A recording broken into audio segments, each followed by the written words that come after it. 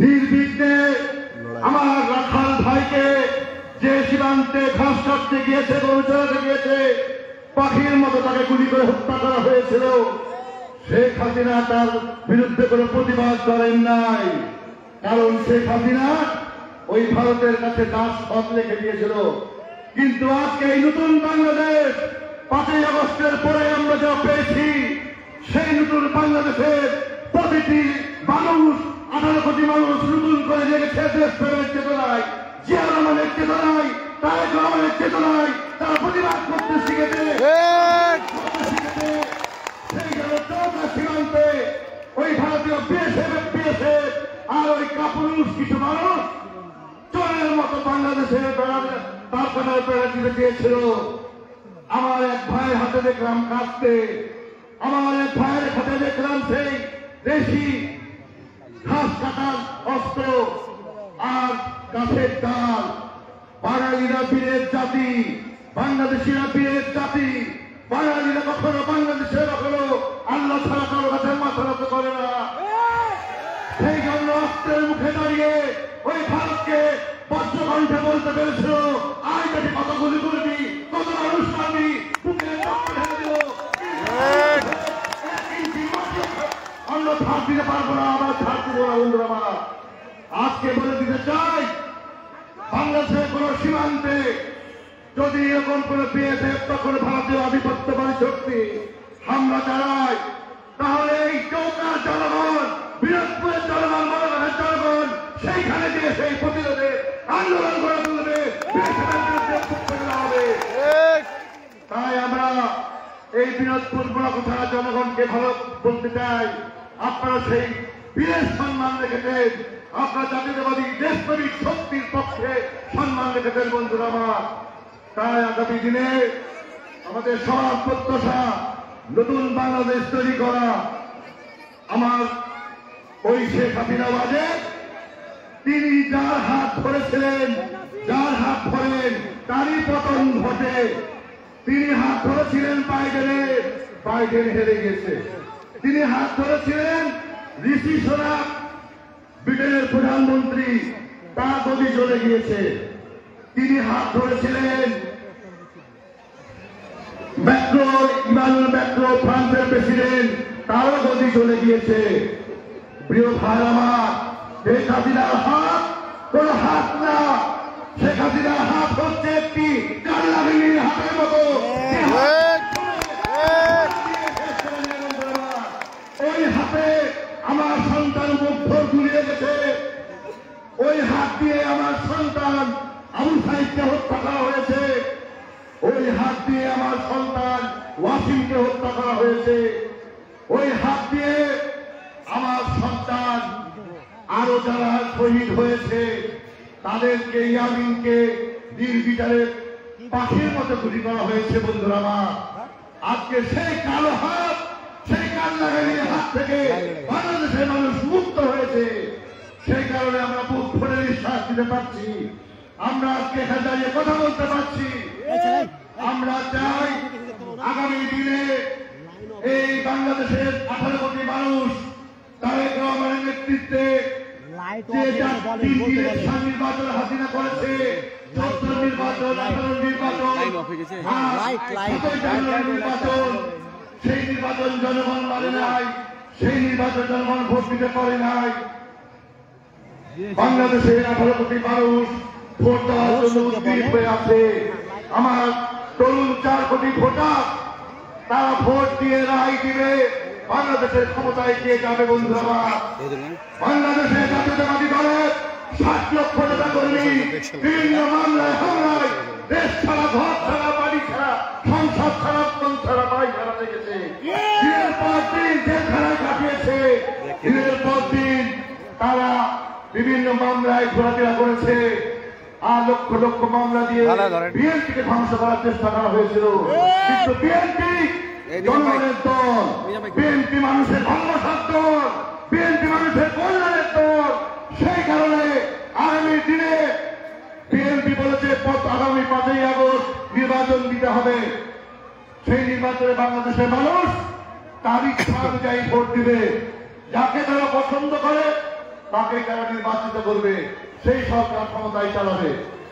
আমরা বাংলাদেশ জাতীয়তাবাদী দল, আমরা জনগণের মাঝে আছি, জনগণের সাথে আছি, জনগণের কাছে আছি, জনগণের পাশে আছি। আমরা নির্বাচন ভয় পাই না। তুমি ভোট দিয়ে দেখো, বাংলাদেশের মানুষ 200-250 বেশি দিবে। তাই আমরা চাই আগামী 5ই আগস্টের মধ্যে অথবা এদিক সেদিক হতে পারে নির্বাচন দিন, সেই নির্বাচনে জাতীয়তাবাদী দল অংশগ্রহণ করবে। আমার দেশের মানুষ তাদের ইচ্ছা মতো নেতা নির্বাচিত করবে। আমি আমার প্রত্যেক নেতা কর্মীকে বলে দিতে চাই, যারা আজকে বীরত্বর নেতৃত্বে আসছেন তারা মনে করবেন না আমি সভাপতি হয়ে গিয়েছি, আমি সেক্রেটারি হয়ে গিয়েছি, আমি সাংগঠনিক হয়ে গেছি, আমি বিরাট নেতা, মোটরসাইকেল হাঁকিয়ে হাঁকিয়ে এদিক সেদিক যাবেন, চলবে না। প্রত্যেকটি নেতা কর্মীকে জনগণের পাশে যেতে হবে, প্রত্যেকটি নেতাকে মানুষের পাশে যেতে হবে, তার কি সমস্যা জানতে হবে, তিনি কি চান, তিনি না খেয়ে আছেন না খেয়ে আছেন, তার ইনকাম আছে না নাই, তার পরিবার কত দুঃখে আছে কষ্টে আছে, সে কি জানার দায়িত্ব আপনার। জাতীয়তাবাদী দল আগের জায়গায় নাই। আপনি নেতা আছেন, আপনার দায়িত্ব পালন করবেন, দায়িত্ব পালনে ব্যর্থ না হলে একদিনও দেরি করবো না, আপনাকে আপনার পদ থেকে সরিয়ে দেওয়া হবে। যে জনগণের পাশে থাকবে, জনগণের কাজ করবে, মানুষের কাছে যাবে, মানুষের পাশে থাকবে, মানুষের কল্যাণের জন্য কাজ করবে, নিজে আজ পেটা খাবে কিন্তু প্রতিবেশীকে ভর পেট খাওয়াবে, সেই নেতাই আমরা তৈরি করতে চাই। সেই জন্য আজকে যে কমিটি হচ্ছে, সেই কমিটির নেতৃবৃন্দকে আমি আগাম বলে দিলাম, আগে এই শিবগঞ্জে কি হয়েছে সেখান থেকে শিক্ষা দিবেন, ভুলে যাবেন, মানুষকে কষ্ট দেবেন না, কোনো কিছু নিজে ভোগ করার চেষ্টা করবেন না। আমি ক্ষমতা আছি, আপনি আমাকে কানে কানে বলবেন আমার সন্তানের চাকরি দাও, কিন্তু আরেকজন নেতা যার সন্তান দীর্ঘ 17 বছর জেল খেটেছে, যার সব পরিবারে পঙ্গুত্ব বরণ করে আছে, যার পরিবারে অসহায় আছে, আমি আপনার কথা শুনবো না, আমি তার কাছে যাবো। অতএব আমাকে নেতা ভাববেন না, আমি একজন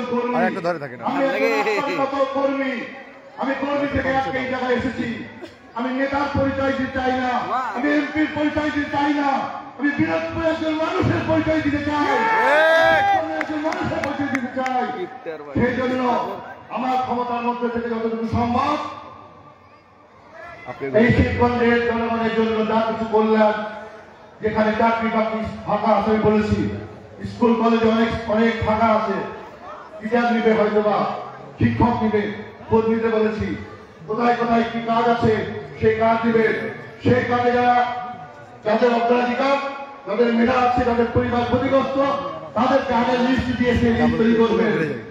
কোন মিথ্যা আশ্রয় নেবেন না, কোন টাকা পয়সার বিনিময়ে আপনাদেরকে বলে দিচ্ছি, কোন কাজের জন্য টাকা পয়সার বিনিময়ে কোন কাজ, কোন সুপারিশ আমার কাছে পাঠাবেন না, সরাসরি আমার কাছে আসবেন।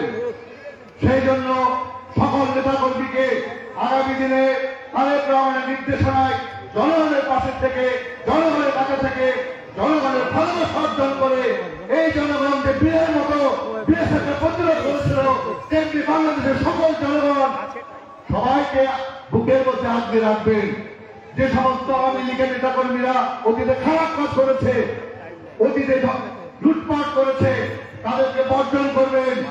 আর ধর্মের নামে যারা বিভিন্ন কথা বলে, আল্লাহর দল, লোকের দল, লোকের দল, তারাই ভালো, তারা কতটুকু ভালো কি ভালো সময়ে জবাব দিয়ে দেব, তাদের কথা বিভ্রান্ত হবেন না।